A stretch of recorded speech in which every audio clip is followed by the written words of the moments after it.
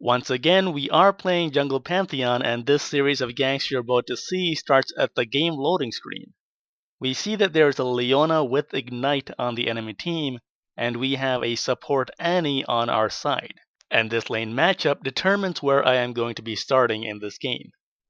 Leona players are typically very aggressive, but in the case where they have Ignite, I know that she will be going for very early kills on our bottom lane, and given that Annie has a stun herself, it gives me some crowd control to work with.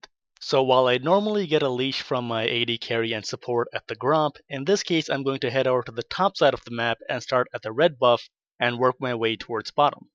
As we're doing our blue buff, we notice that a fight is already underway in the bottom lane, and Annie picks up a kill on the enemy Leona while Graves kills our Annie. Now as I head towards the bottom lane, I keep an eye on Graves.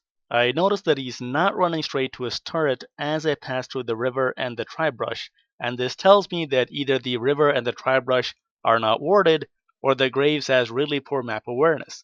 In either case, that means I should be able to gank the bottom lane again at least before they ward it. So I get a kill onto Graves and head back into my jungle, but I'm going to hang around the bottom side of the map because I know there is very high odds of a second kill in that bottom lane. The fact that I ganked the lane once so early reduces the expectation that I will come back to gank it again since I've already done my job putting Graves behind.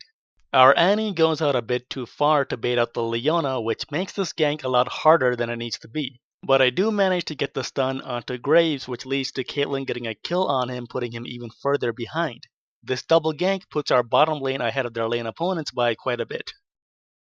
The key to pulling this off is figuring out a champ select who's going to go aggressive, which lane would be easiest to gank, and how to reorient your jungle path to make sure you show up in that lane for a level 3 gank.